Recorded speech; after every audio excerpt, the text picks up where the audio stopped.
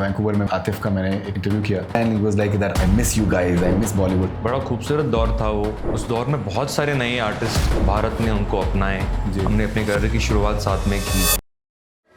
मैंने 15 साल तक शोज नहीं किए। मेरे दोस्त मुझसे कहते भी थे कि तुमको पता नहीं कितना आर्थिक नुकसान हो रहा है, लेकिन मेरा जीवन उस वक्त जैसा था and I am in that phase right now. In fact मैं ये साल अपना एक गजब के आर्टिस्ट जैसे कि आप हैं, क्या उसका व्हाट्सएप पे ना होना एक एडवांटेज है?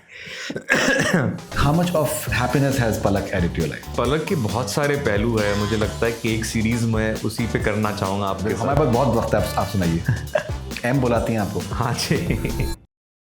मुझे ऐसा लगता है कि अगर आपकी बात में मजबूती है तो फिर चीखने की जरूरत नहीं है। Silence speaks a lot sometimes. शायद आपको भी अंदाजा नहीं है कि how special you are as a music composer, as an artist. जीवन दिया गया है बिल्कुल हमारी प्रोडक्टिविटी के लिए, लेकिन जब हम जीवन की बात करते हैं वो सिर्फ मैं नहीं है। तो it's not only about me, it's also about the people who are around me. नमस्ते, this is Mithun here and you're watching Legacy Conversations with Faridun Shahryar.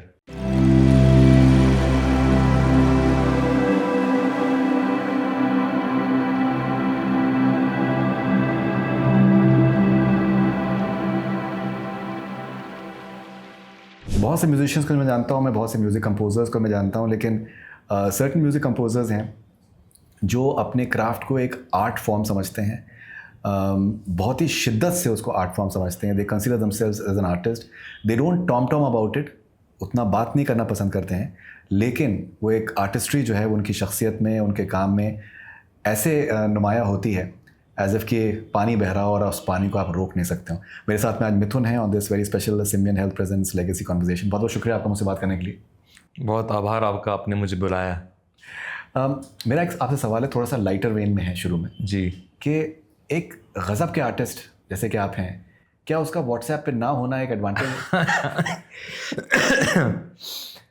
I think ये व्यक्तिगत बात है फरीदुन। मैंने आपको शुरू में कहते कि लाइटर वेन में क्या नहीं बिल्कुल बड़ी खूबसूरत बात नोटिफिकेशन है। नहीं चाहिए लाइफ में।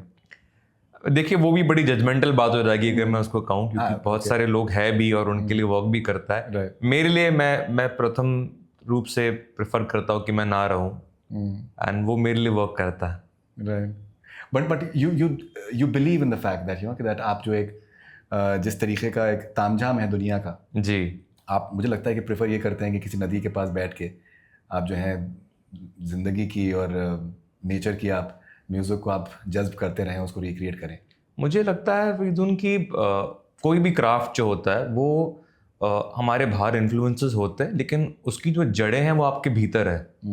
उसका जो पैगाम है वो आपके भीतर है। तो आप बिल्कुल दुनिया की सुने, दुनिया के साथ चलना है, दुनिया के लिए हमें दुनिया की सेवा भी करनी है, लेकिन वो जो एक भीतरी आवाज़ है उसको कायम रखना बहुत ज़रूरी होता है। और इसलिए, और आज के दौर में ख़ास रूप से जब इंफॉर्मेशन इतनी ज़्यादा अवेलेबल है, कम्युनिकेशन के माध्यम इतने बढ़ गए हैं कि हर तरफ से, देखिए कम्युनिकेशन अगर एक तरफ से आए तो वो वार्तालाप है, लेकिन अगर 10 तरफ से आए तो फिर शोर है।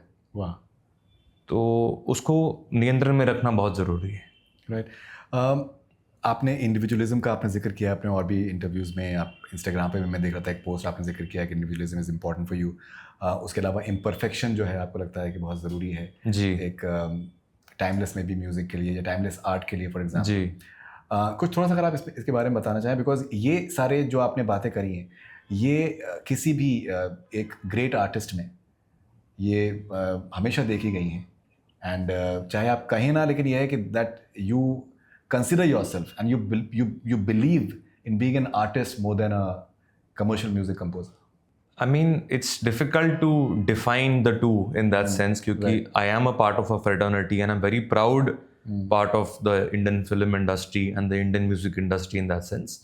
But इसके पहले जो आप बात कर रहे थे कि वो जो individuality है, मैंने हमेशा यकीन रखा है कि इंसानी इमोशन में जो शिद्दत है, जो असर है, वो कहीं और पर नहीं है। वही हमें ख़ास बनाती है, वही हमें ज़िंदा बनाती है। और जैसे हम बैठकर जब बात करते हैं तो उसमें भी एक इम्परफेक्शन है। हमारे जीवन में भी एक इम्परफेक्शन है। कोई भी ये नहीं कह सकता कि उसने ज़िंदगी में कभी कोई गलती ना की हो। तो मुझे लगता है कि हमारे आर्ट में, या मेरा व्यक्तिगत मानना है कि मेरा जो काम है वो ज़िंदगी की परछाई है। Healthcare anywhere. Simian Health focuses on improving access to care through technology. तो वो हल्की सी जो इम्परफेक्शंस होती है, वो जो एक इंसानी नज़रिया होता है, which is not completely tailored.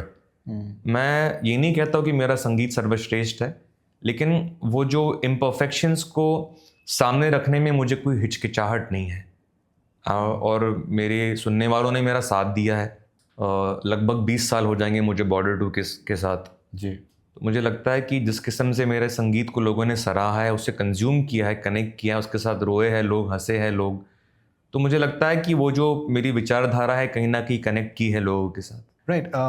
देखिए, एक तरफ यहाँ समझना बहुत ज़रूरी है कि आप इम्परफेक्शन की बात कर रहे हैं, लेकिन एट द सेम टाइम, जैसे मैं आप यहाँ जिक्र करना चाहूँगा, खयाम साहब से एक बार मेरी बात हुई इंटरव्यू के बाद में। उन्होंने मुझसे इतनी कमाल की एक बात कही जिसने मुझे बड़ा हेल्प किया है जी। तो उन्होंने कहा कि फरीदुन, कभी भी जो भी काम करो उसमें 99.9% नहीं होना चाहिए, 0.1% डेसिमल में जो है कमी नहीं रहनी चाहिए तुम्हारे। जी 100% होना चाहिए every time whatever you do whatsoever. तो इम्परफेक्शन का मतलब ये नहीं है कि दैट काम में परफेक्शन नहीं होगा। जी। जो एक आर्टिस्ट है, मुझे लगता है कि वो आखिर मोमेंट तक उसका अगर बस ना चले तो वो फाइन ट्यून करता रहे, वो कुछ ना कुछ नई चीज़ें उसमें जोड़ता रहे, चाहे वो मिक्सिंग के लेवल पे हो, चाहे वो अरेंजमेंट के लेवल पे हो, चाहे वो सिंगिंग के लेवल पे हो। तो ये जो एक जद्दोजहद है, ये क्वेस्ट फॉर परफेक्शन यहाँ पर आर्टिस्ट्री में, वो कितना ज़रूरी है आपके लिए? आई थिंक आपके प्रश्न में उसका उत्तर है कि परफेक्शन एक क्वेस्ट है, राइट, वो एक इरादा है। मैं बिल्कुल आपसे सहमत हूँ कि कोई भी सिंसियर आर्टिस्ट अंत तक छोड़ता नहीं है, राइट। मैं अभी बॉर्डर 2 के फिल्म मिक्स पर था और आप मानेंगे कि जस्ट आई थिंक रिलीज से 8 या 10 घंटे पहले डिलीवरीज हुई है, और कैसे हम लोग उसके फिल्म गानों को जो मिक्सिंग चल रही थी, हमारे डायरेक्टर अनुराग सिंह जी कैसे हर चीज़ को लेकर वो बहुत इन्वॉल्व थे आखिर तक, वो ही was not letting it go. So वो मुझे लगता है वो एक इरादा है, राइट। इरादे में कोई कमी नहीं होनी चाहिए, इरादा तो ये होना चाहिए कि हम बिल्कुल 100% दे। लेकिन मैं जो बात कह रहा था, जैसे आपने सही उस बात को वो आपने सही बात पकड़ी कि वो एक इरादे की कमी नहीं है, वो एक तस्वीर है कि जब हम जिसमें कुछ ना कुछ एब्स्ट्रैक्ट रह जाता है, जिसमें कुछ ना कुछ एक खला है, उसमें एक खालीपन है, और वही उसकी खूबसूरती भी है शायद, राइट। तो उसको डिफाइन करना बड़ा कठिन होता है। बट ये एआई के ज़माने में भी मैं इंसानी जज्बे में बहुत यकीन रखता हूँ। That's amazing. बड़ा अच्छा वर्ड आपने यूज़ किया, खला। खला इज़ वैक्यूम। हाँ जी, ब्यूटीफुल वर्ड। देखिए, कभी क्या आपके साथ इस तरीके से होता है कि आप किसी सिंगर ने फॉर एग्जांपल कोई गाया, थोड़ा बहुत सुर इधर उधर हुआ, लेकिन वो साउंड बड़ा अच्छा कर रहा है जी, आपने उसको रखा है? बहुत सारे मेरे गीतों में है, अगर आप सुनेंगे। इनफैक्ट कुछ लोगों ने मुझसे आकर पूछा भी है, क्योंकि आई थिंक पिछले 8-10 सालों में जो है जो ये ऑटो ट्यून वगैरह, इसके ऊपर चर्चा बहुत हो रही है जी। और फ्रेटर्निटी में भी, और आम पब्लिक भी आजकल काफ़ी जानकार हो गई है। तो अब लोग मुझे आके पूछते कि आपने उसको ऐसा क्यों रख दिया, क्योंकि अब लोग काफ़ी आदी हो गए कि they used to listen to pitch perfect voices. But मेरी मान्यता तब भी वो थी, मुझे लगता है कि अल्टीमेटली एक्सप्रेशन जो है वो सर्वोपरि है, वो सबसे ऊपर है, और अगर वो एक्सप्रेशन के साथ कनेक्ट कर जाते हैं तो ये जो छोटी मोटी चीज़ें होती है, जो ह्यूमन इम्परफेक्शंस है, मैं उसको इम्परफेक्शन बोल सकता है। लेकिन क्या होता है ना कि संगीत भी एक ऐसा दरिया है, आप समझेंगे कि आपको एक सुर से जब दूसरे सुर का जो सफ़र है उसको आप कितनी खूबसूरती से निभाते हैं, उसमें आप थोड़ा सा यहाँ जाकर फिर मंजिल पे पहुँचते हैं, तो वो भी अपने आप में एक एक्सप्रेशन है। क्या बात है, वाह। ओके, भावना, फीलिंग्स, जज्बात और टेक्निकल एक्यूरेसी। हाँ जी, प्रिसाइज टेक्निकल एक्यूरेसी में अगर आपको एक चूज़ करना होगा, आप किसको चूज़ करेंगे? मुझे लगता है कि टेक्निक हमें सिखाई जाती है ताकि हमारे भावना जो है वो सही तरीके से व्यक्त हो। ओके। तो हम टेक्निक को अंडर एस्टिमेट नहीं करते। मेरे परिवार में रियाज को बहुत अहमियत दी गई है। मेरे दादाजी पंडित राम प्रसाद शर्मा जी, उन्होंने बहुत सारे साजिंदों को सिखाया है। प्यारेलाल शर्मा जी, मेरे ताया जी, वो इतने दिग्गज संगीतकार रहे, लेकिन साथ में उतने ही बड़े वायलिनिस्ट हैं। राइट, लक्ष्मीकांत प्यारेलाल की बात कर रहे हैं? बिल्कुल जी। तो प्यारे बाबा हम उनको बोलते हैं। तो उन्होंने, अगर आप गीत सुनेंगे, हकीकत फिल्म का वो गाना है मदन मोहन साहब का, मैं ये छोड़कर उसके दर से चला था, उसमें जो सोलो वायलिन बजाया है वो प्यारे बाबा ने खुद उस वक्त वो एक इंस्ट्रूमेंटलिस्ट भी थे कंपोजर होने के साथ। तो वो जो रियाज है किसी साज का, वो अब मुझे लगता है बहुत ज़रूरी है। और मुझे लगता है कि ये भी एक अपने आप में एक बड़ी खूबसूरत बात है कि लोग, जिसका रियाज पक्का है, उसकी गलतियों को लोग ओवरलुक भी कर लेते हैं, क्योंकि उसके पीछे उनकी मेहनत का जो दरिया खड़ा हुआ है वो लोग बहुत आसानी से ओवरलुक कर जाते हैं, क्योंकि उनको कोई चीज़ प्रूव करने की ज़रूरत नहीं है। राइट। तो I feel that technique is there to make your expression better. Right. And apparently आपके जो ग्रैंडफादर हैं, शायद आप उनसे ज़ाती तौर पर नहीं सीख पाई, ये आपका एक रिग्रेट लाइफ में? रिग्रेट तो बहुत मजबूत शब्द है, मैं इतना रिग्रेट में बिलीव नहीं करता। मुझे लगता है हर चीज़ योग से होती है। लेकिन ये तथ्य बात है कि मैं उनसे डायरेक्टली सीख नहीं पाया। उन्होंने हालांकि जो गन्ना बांधने की जो हमारे यहाँ पे रिवाज है, उन्होंने वो मुझे आशीर्वाद मिला था, लेकिन फिर वो पार्किंसंस से परेशान थे, तो वो सही तरीके से सिखा नहीं पा रहे थे तब तक। Right, right.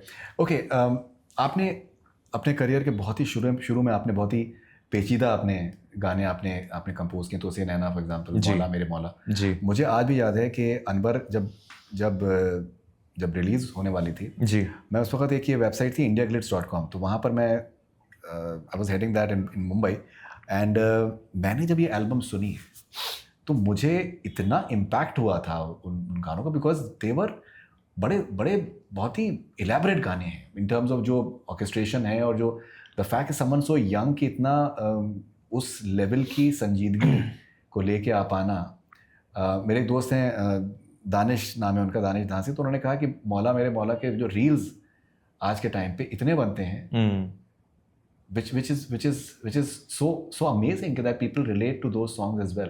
पिक्चर उतना नहीं चली थी अंदर, लेकिन गानों की वजह से जिंदा है जी। तो वो शुरुआत में जो आपने इस किस्म के गाने आप लेके आए, तो से नैना और मौला मेरे, कुछ उसके बारे में आप बताएंगे, कैसे वो हुआ, कैसे?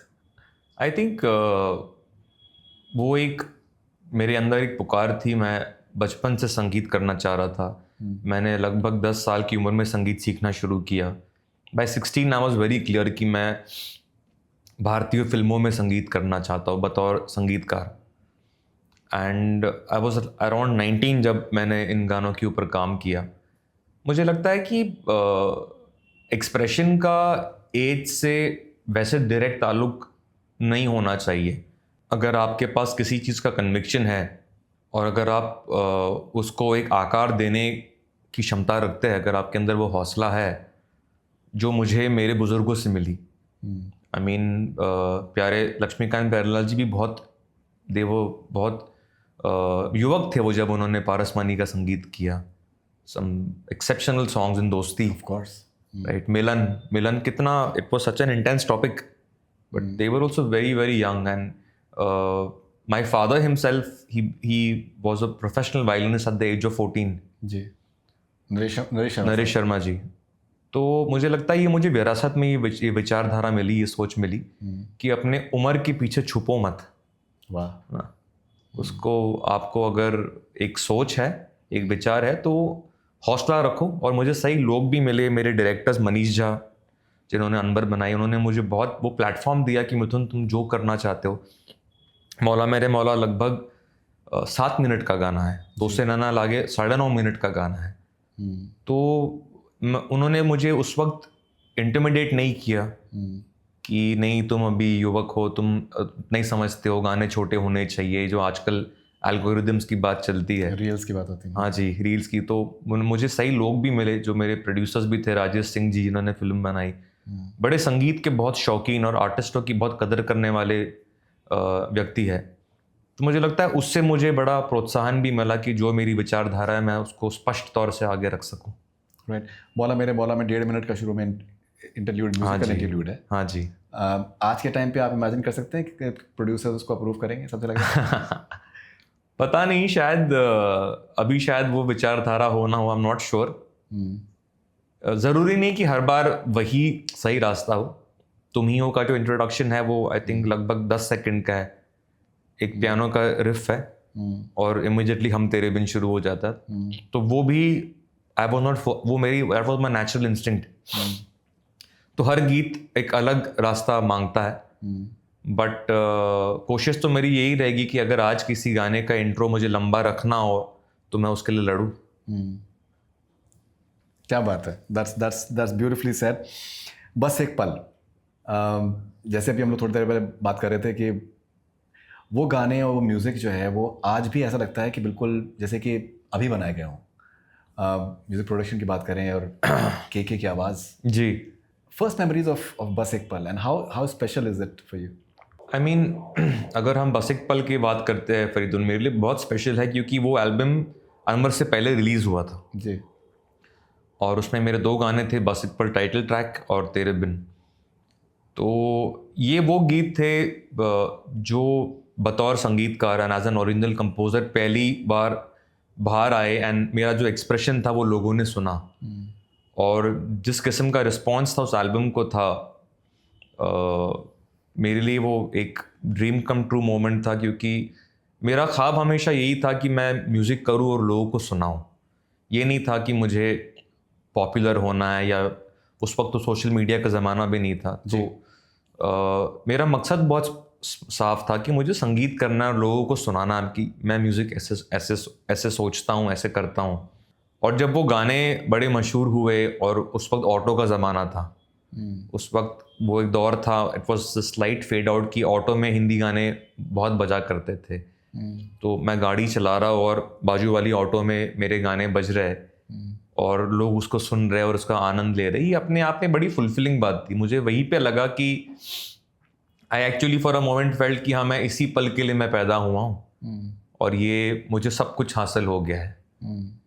तो that's what Bas Ek Pal means to me as my first album, but the first time people embraced my music and then never looked back after that. आपके बहुत से नगमे हैं, उसमें एक बहुत ही खूबसूरत सा एस्पेक्ट जो मुझे लगता है वो ये है कि अगर हम बात करें धुन की बात करें, अगर हम बंजारा की बात करें, वजह तुम हो, तुम ही हो, ऐसा लगता है कि दैट कोई हल्के से कान में आपके कुछ कह रहा है जी। यू नो कोई एक there is no pattern to that.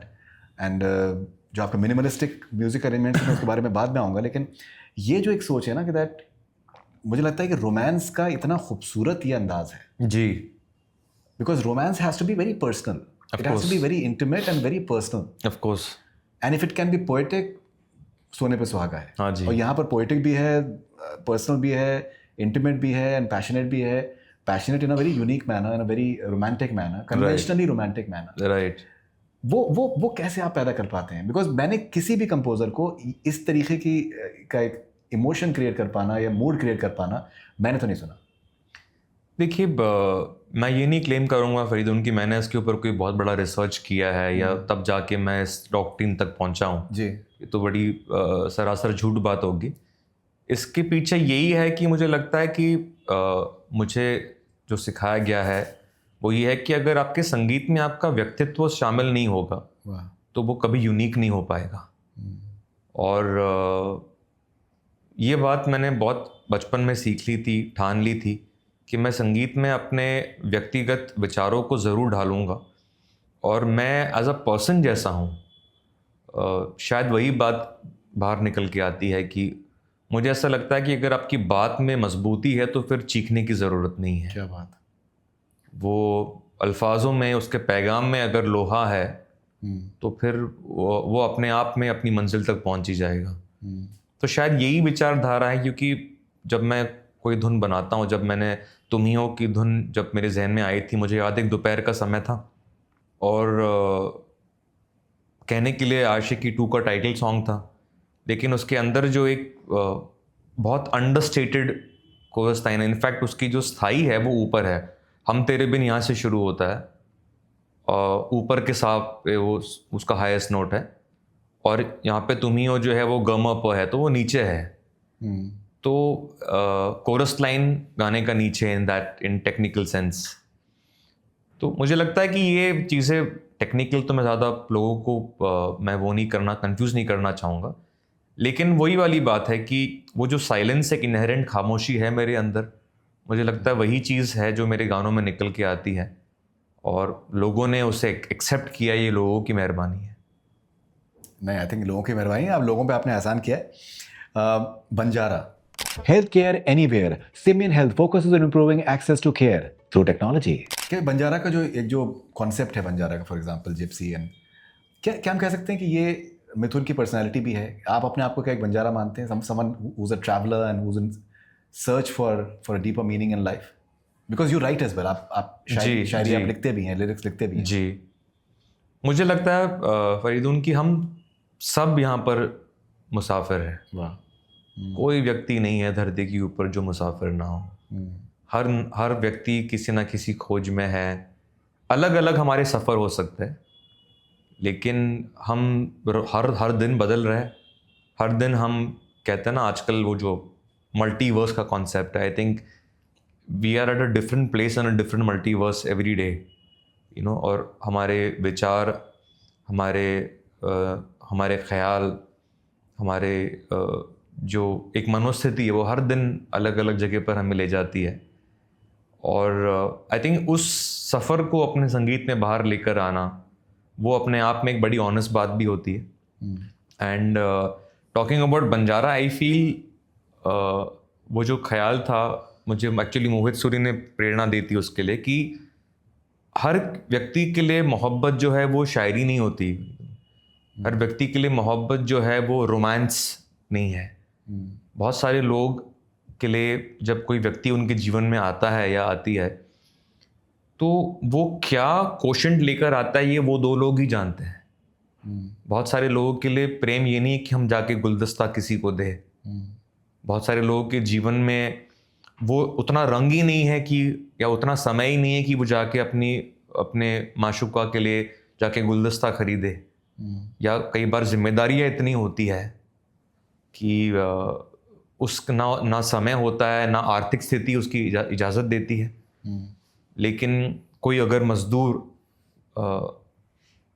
जो दिन भर दूसरों के घर बनाता है, राइट, वो, और उसके लाइफ में शायद ना शायरी है, ना फूल है, ना रोज़ नए कपड़े खरीदने की सहूलियत है, लेकिन अगर वो उसका जीवन जैसा है उसमें अगर वो जब अपनी पत्नी को देखता है, और शायद उसके पास अपना घर भी नहीं हो, लेकिन जब अपनी पत्नी को वो देख लेता है, वो बोलता है कि जहाँ पर हम दोनों साथ में बैठकर 2 रोटी खाते हैं वही हमारा घर है। वाह। तो ये भी तो मोहब्बत है, राइट। तो हम सिर्फ उसको एक पहलू से क्यों देखें? तब हमें वो ख्याल आया कि कोई मुझको यूं मिला है जैसे बंजारे को घर।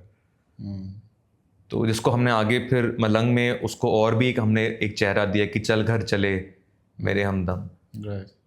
तो मुझे लगता है संगीत ये सारे एब्स्ट्रैक्ट विचारों को सामने लाने का मौका देता है आर्टिस्टों को, और फिर सुनने वाले के ऊपर है क्या उनको अच्छा लगा क्या नहीं लगा। Right, okay. मिनिमलिस्टिक जो म्यूज़िक अरेंजमेंट्स आपकी एक ट्रेडमार्क आपकी संगीत का है। मुझे लगता है कि बहुत गज़ब का कॉन्फिडेंस चाहिए किसी भी कंपोज़र को ये कर पाने के लिए, to just have like a piano strain for example, and the vocals on top of it and is creating that mood, timeless mood. जी। एक रेफरेंस पॉइंट जो मेरे जहन में आता है वो मदन मोहन साहब का है, बिकॉज मदन मोहन साहब का भी म्यूज़िक अरेंजमेंट्स के लिए थे, उनके वो मशहूर थे, वो मिनिमलिस्टिक के लिए एंड मेलोडी के लिए व्हाट्सएवर। आपने जिक्र किया मदन मोहन साहब का भी। ये कॉन्फिडेंस कहाँ से आता है? बिकॉज इसके लिए कॉन्फिडेंस चाहिए। पता नहीं, आप जो तारीफ कर रहे हैं और इसका स्पष्ट जवाब होगा कि नहीं, मैं कोशिश करूँगा। क्योंकि कॉन्फिडेंस भी ये आई थिंक कॉन्फिडेंस से ज़्यादा ऑनेस्टी है फरीदून, कि मैं अपने संगीत को ऐसे सुनता हूँ, मुझे लगता है कि खालीपन अपने आप में एक बहुत क्या कहते हैं ना, एक बहुत एक्सप्रेसिव कॉन्सेप्ट है ना। लोग कहते हैं कि silence speaks a lot sometimes. तो अगर हम कोई बात कह रहे हैं, कोई conversation is a very important element of my music, and if I feel that I am saying something in a particular way, वो कोई भी लाइन हो, जब जब तेरे पास में आया एक सुकून मिला, जो मर्डर 2 का गाना है, दिल संभल जा जरा फिर मोहब्बत करने चला है तू। तो जब वो लाइन मैं स्टार्ट करता हूँ, एक सुकून की बात कर रहा हूँ मैं, तो मुझे लगता है कि वो सुकून का एक्सपीरियंस मेरे लिसनर तक पहुँचना चाहिए। उसके साथ अगर मैं बहुत सारी लेयर्स पीछे भर दूंगा तो मैं बात सुकून की कर रहा हूँ, लेकिन मुझे उस सुकून के ऊपर कॉन्फिडेंस ही नहीं है, तो फिर लोग उसको एक्सपीरियंस कैसे कर पाएंगे? राइट। सो ऐसा नहीं कि इसका कोई फॉर्मूला है, लेकिन स्टूडियो में फीलिंग से ऑनेस्ट रहना अपने आप में एक बहुत इम्पॉर्टेंट बात है। और आई थिंक वो ऑनेस्टी है, कॉन्फिडेंस से ज़्यादा। It's honesty that I like to keep my music that way whenever it's needed. Right, right, that's beautiful. Okay, now मेरे एक बहुत ही जहन में एक सवाल बहुत कुलबुला रहा है काफ़ी टाइम से, और मैं उसके बारे में आपसे बात करना चाहूँगा। रिसेंटली जैसे फॉर एग्जांपल धुरंधर आती है और एक ही कंपोज़र सारे गाने उसमें वो कर रहा है, पूरा साउंडस्केप उसका है, बैकग्राउंड उसका है। मैं ये सोच रहा था कि that that the sort of songs that you have for example, and जिस तरीके का आपकी सलाहियत है, why don't we hear Mithun doing like a full album of Mohit Suri, for example? So I'm just giving one example because Mohit, you have collaborated a lot. Of course. जी. So इसमें क्या होता है फरीदुन, मुझे लगता है हर निर्देशक का एक दर्शन होता है। Every director has a vision. Mohit, if I'm not wrong, majority of his career he has worked with multiple composers. And I think वो उनका विजन है अपने साउंड ट्रैक के लिए, कि वो अलग अलग लोगों के जो अलग अलग एक्सप्रेशंस होते हैं वो उसके साथ वर्क करके अपनी फिल्म को एक आवाज़ देते हैं। So I am not the kind of artist who would ever tell my director कि इसमें ऐसा करना चाहिए, वो that's not my place. And while I am very protective of the way I do my music, I am also a director's composer in that sense. मुझे लगता है कि I need a director's vision so that I can give it the right colors from my palette. Mohit has always been very vocal that he likes working with multiple composers for the various cultures that they bring on board. उनका ये भी रहता है, वो कोशिश करते कि हर film में एक नए आवाज़ को या नए कंपोज़र को वो एक प्लेटफॉर्म दे। तो that's something that's very personal to him. And मुझे पर्सनली कभी भी, नॉट ओनली विथ मोहित, किसी भी डायरेक्टर के साथ I have never had an issue working on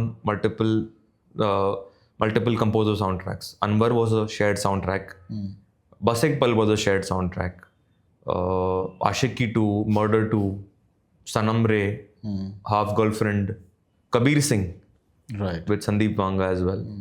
तो मुझे वो space has never made me feel insecure. मुझे हमेशा अच्छा ही लगा है अबाउट द फैक्ट कि अगर अलग अलग कंपोजर्स आते हैं और मैं बाद में एंड में सुनता हूँ कि किसने उस किरदार को कौन सा रंग दिया जो मैंने नहीं दिया, तो मुझे वो कन्वर्सेशन बड़ा अच्छा लगता है। I personally don't have an issue with it. And when I do a full album, I have done Shamshera, I have done Gadar 2, the train was a solo album जो बहुत कामयाब रहा। तो जब कोई वो दर्शन लेकर मेरे पास आते हैं तो मैं उसके लिए भी ओपन हूँ। अगर मुझे समय देंगे काम करने के लिए तो मैं उसके लिए भी उतना ही ओपन हूँ। बट मुझे लगता है कि ये जो विजन है मेरे डायरेक्टर से आता है।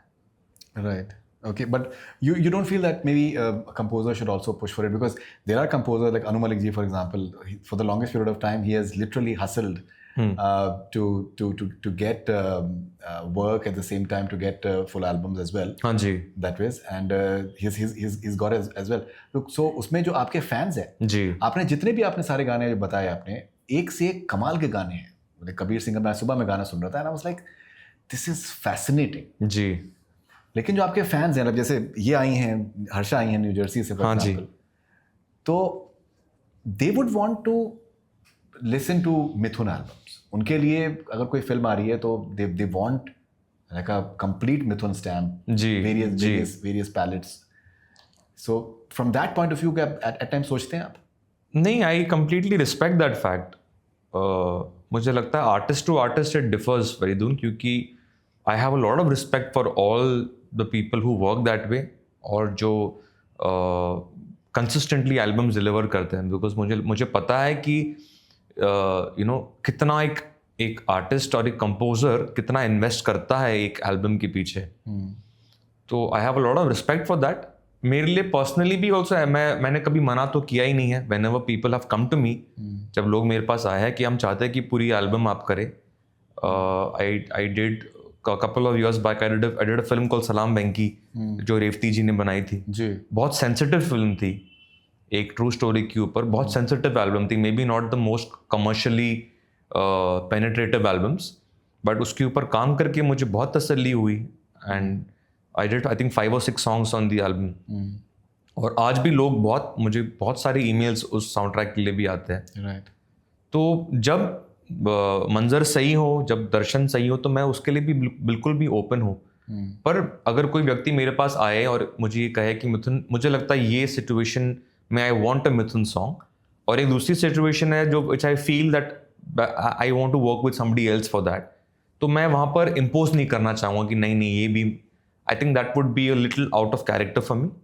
लेकिन अगर सामने से कोई आए तो I am definitely open to it. Right. जैसे मैंने आपसे जिक्र किया कि रिसेंटली वैंकूवर में मैंने आतिफ का एक इंटरव्यू किया, और वहाँ पर वो आपके बारे में, आपके फादर के बारे में बात करते हुए काफ़ी इमोशनल से हो गए। आज भी जब वहाँ कॉन्सर्ट, एक दिन पहले उनका कॉन्सर्ट था वहाँ पर, तो जब उन्होंने तेरे बिन और बाकी आपके सारे नगमे जब उन्होंने गाए हैं, जी, तो I fell that they sound so fresh, they sound so new, and बहुत ही शिद्दत से ऑब्वियसली उन्होंने गाया, and he was like that I miss you guys, I miss Bollywood. कैसे आप याद करते हैं वो जो एक आपका कोलैबोरेशन आपका आतिफ के साथ में रहा है, and that something which is a important part of your career as well? I think it was very बड़ा खूबसूरत दौर था वो, क्योंकि उस दौर में बहुत सारे नए आर्टिस्ट मुझे लगता है भारत ने उनको अपनाए, और हम सब की शुरुआत ही थी वो लगभग, माई सेल्फ, मोहित सूरी की भी पहली फिल्म थी जहर, हमने अपने करियर की शुरुआत साथ में की। एंड आई रिमेंबर उस टाइम पे हिमेश जी का संगीत भी बहुत खूबसूरत आ रहा था। बिल्कुल। एंड और भी आई थिंक कंपोजर्स मुझे याद है, एंड वोकलिस्ट उस वक्त आई थिंक कुणाल गांजावाला ने भी, उनका भी वो मॉन्स्टर हिट आया था, भीगे होठ तेरे, या राइट, वो जो दौर था। सईद कादरी साहब also was new on the, वो जो उर्दू का जो एक नया इस्तेमाल था, मुझे लगता है वो सईद कादरी साहब लेकर आए, एंड बहुत सारे कोलैबोरेशंस हुए उसमें। आई थिंक राहत साहब ने भी लागी तुमसे मन की लगन, आई थिंक पाप फिल्म का गाना था वो, राइट। तो बड़ा खूबसूरत दौर, उसकी यादें बड़ी अच्छी है। मुझे लगता है उस दौर ने बहुत खूबसूरत संगीत दिया है सारे सुनने वालों को। And I think Amit Trivedi भी लगभग उसी दौर में उन्होंने भी शुरुआत की थी जी। उनका भी गाना था जुनून करके, जो मैंने सुना था, बड़ा बड़ा खूबसूरत गाना था। सो आई हैव ग्रेट, बहुत अच्छे सुंदर यादें हैं उस टाइम की। And for me as someone who was, जो अपने करियर की शुरुआत कर रहे थे, I was just very excited to work with different. I think I also met Shilpa Rao उसी वक्त के दौरान, उनकी भी शुरुआत थी। तो आई थिंक एक बड़ा सुंदर समय था वो, जहाँ पे हमने, जैसे आपसे कहा ना कि कुछ लोग मुझे उस टाइम पे मिले जिन्होंने मुझे वो सही माहौल दिया, including Mohit, and even I would like to mention about Bhatt साहब, महेश भट्ट साहब एंड मुकेश जी, जिन्होंने एक, क्या कहते हैं ना कि 20 साल के कंपोजर के ऊपर एतबार किया और मुझे छूट दी कि मैं किस तरीके से गाने को करना चाहूँगा, कैसे करना चाहूँगा। And that's just part of my foundation today, तो I have only good things to say about that time. Right. आप लिरिक्स की आपको बहुत अहमियत देते हैं, आप लिखते भी हैं खुद। तो जब गाना जब आपके ऊपर उतर रहा होता है एक तरीके से, तो क्या पहले आता है? धुन पहले आती है, कुछ लफ्ज़ आते हैं आपके जहन में, and you connect with the emotion that the words are bringing to you? सबसे पहले एहसास, आई थिंक सबसे पहले एहसास आता है, और फिर उस एहसास को बयान करने के लिए कई बार मैं पियानो पे बैठ जाता हूँ, और मुझे अगर धुन आई तो मैं उसको समेट के फिर हम देखते हैं कि उनमें क्या शब्द होने चाहिए। कई बार ऐसा होता है कि से समबडी लाइक इरशाद कामिल साहब वो रूम में है, और he is very cinematic in his poetry, और वो हर चीज़ को विजुअल तरीके से देखते हैं। सो इट्स वेरी फैक्ट, किसी दिन आप उनको किसी डायरेक्टर के साथ काम करते हुए देखना, बहुत बहुत इंटरेस्टिंगली काम करते हैं। He is almost like a co narrator with the director. Right. तो वो शायद कुछ लाइन लिख देंगे and then if that line works for everybody, for director primarily, तो I am more than happy to adapt it.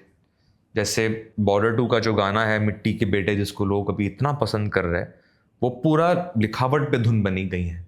तो जब director का ब्रीफ आया तो मनोज मुंतशिर जी ने सबसे पहले लिखा था कि क्या मनमौजी बेफिक्रे थे, मौत पे अपनी हंसते थे, दिल में वतन को रखने वाले सर पे कफन भी रखते थे। वाह। तो जब इतने मजबूत शब्द आते हैं तो फिर आप पीछे नहीं हट सकते। You have to embrace the words and as a composer I set it to the melody. So we just be honest to that moment कि उस वक्त वो जो पल है, वो पल क्या मांग रहा है हमसे, और फिर we just work on it. Right. Performances की अगर बात करें, लाइव शोज़ में लोगों के साथ में इंटरेक्ट करते हुए कितना बड़ा हाई होता है? मैंने एक्चुअली बहुत समय तक मैं स्टेज से दूर ही रहा हूँ जी। बहुत लंबे समय तक। ये तो हाल ही में पिछले 5 सालों में मैंने थोड़े कॉन्सर्ट्स करने शुरू किए, और अब जाके मुझे उसका वो अनुभव जो है बड़ा, उसका बहुत मज़ा आ रहा है। Right. You know, it took me time to warm up to the concept of because I was such a studio artist. मुझे वो स्टूडियो की खामोशी इतनी पसंद है, that cocoon feeling. But जब आप ऑडियंस को अपना लेते हो और ऑडियंस आपको अपना लेती है, तो फिर वो स्टेज भी आपका स्टूडियो ही बन जाता है। Right. There's no difference, I think. And I'm in that phase right now. In fact, मैं ये साल अपना भारत का दौरा भी करने वाला हूँ। So starting with from 14th Feb. So the idea is to कि लोगों को मैं आपने मुसाफिर की बात की थी, वो उस सफ़र पे ले जाऊँ। 2006 से लेके 2026 तक का जो मेरा सफ़र रहा है, different songs, different time zones, different directors, different emotions, different poets, different singers, but one composer in that sort is taking you through. That's the idea. Okay, what about private songs? You sing as well. जी। अपने खुद की आवाज़ में आपके जो individuality आपकी, जिस तरीके की आप सोचते हैं, जिस तरीके से आपका एक नज़रिया है दुनिया की तरफ, फिर अभी तो ये है कि रोमांस भी ज़िंदगी में काफ़ी ज़्यादा है, तो उसको क्या हम देख सकते हैं कि एल्बम मिथुन की तरफ से अपनी आवाज़ में?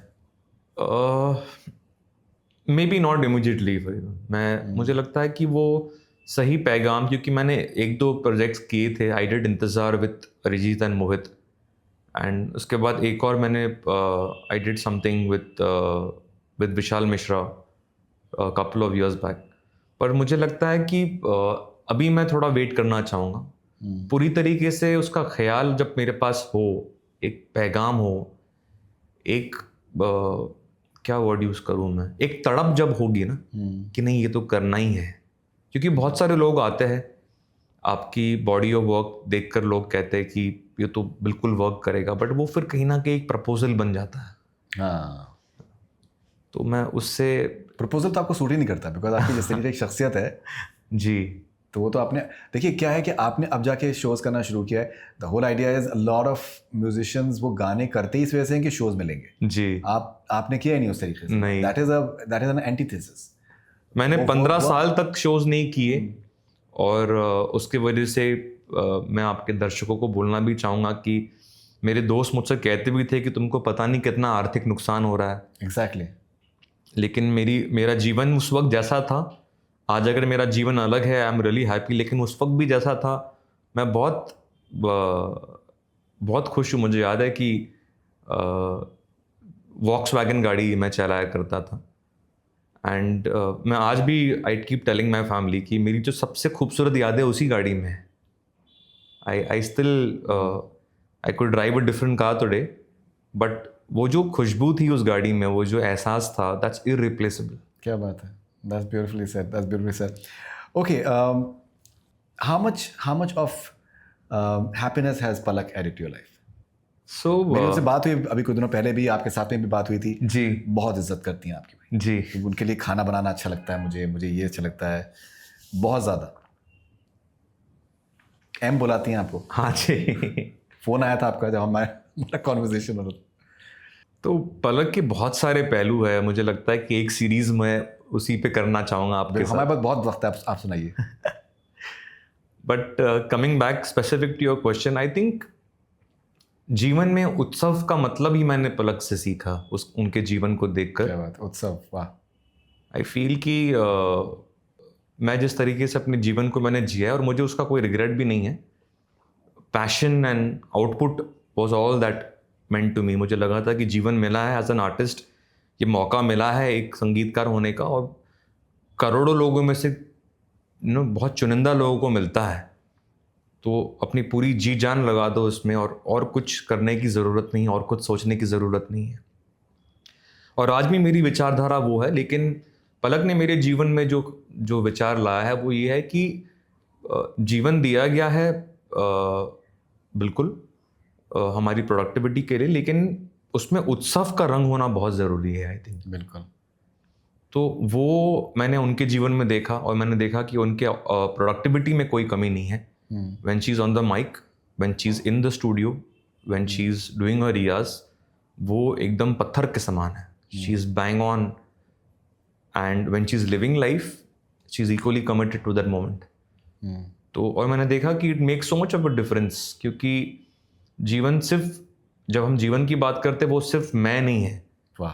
ना, उसमें मेरा परिवार भी है. आज जब मैं कोई चीज़ को, अगर मेरे भोजन को, for example earlier I would just quickly finish in 7 minutes finish my food. हाँ मॉम दे दो, आई हैव टू लीव, मुझे स्टूडियो जाना है.